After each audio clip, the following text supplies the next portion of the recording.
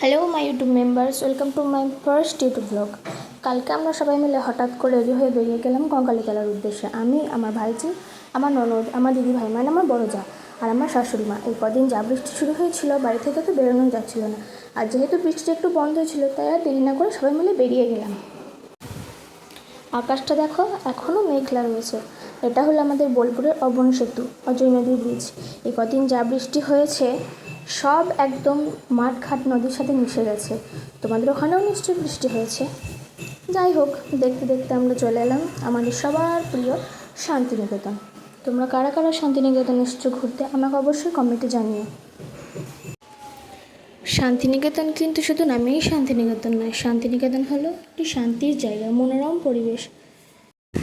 আর তাছাড়া কালকে ওয়েদারটা এতটাই সুন্দর ছিল, মনে হচ্ছিল না শান্তিনিকেতন ছেড়ে মন্দিরে যাই। কিন্তু কি করব, মন্দিরের উদ্দেশ্যে যখন এসেছি মন্দিরে তো যেতেই হবে মাকে দর্শন করার জন্য। মাকে দর্শন করার জন্য যখন বেরিয়েছি বাড়ি থেকে, শান্তিনিকেতনটা নয় তো আর একদিন ঘুরে দেখা যাবে। যাই হোক, দেখতে দেখতে আমরা এবার মন্দিরে এলাম।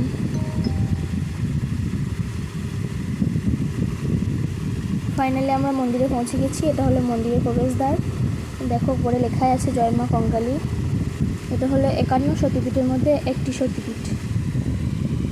কোপাই নদীর ধারে অবস্থিত মা কঙ্কালী মন্দির। তোমরা কারা কারা কঙ্কালীতলা এসছো আমাকে অবশ্যই কমেন্টে জানিও। তো যাই হোক, মন্দিরে এসছি আর পুজো দেবো না তা তো হয় না। পুজো দিয়ে আমরা এবার বাইরে একটু ঘুরতে বেরিয়েছি।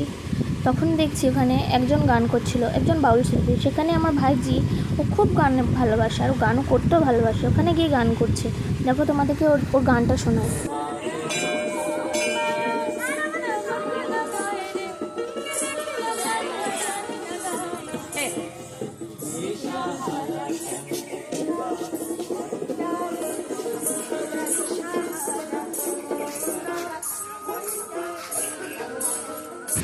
ওর গানটা কেমন লাগলো তোমরা সবাই জানিও। কিন্তু মন্দিরে যেতে যেতে আমাদের সন্ধ্যা হয়ে গেছিলো, তাই ভাবলাম সন্ধ্যা আরতি দেখেই যাই।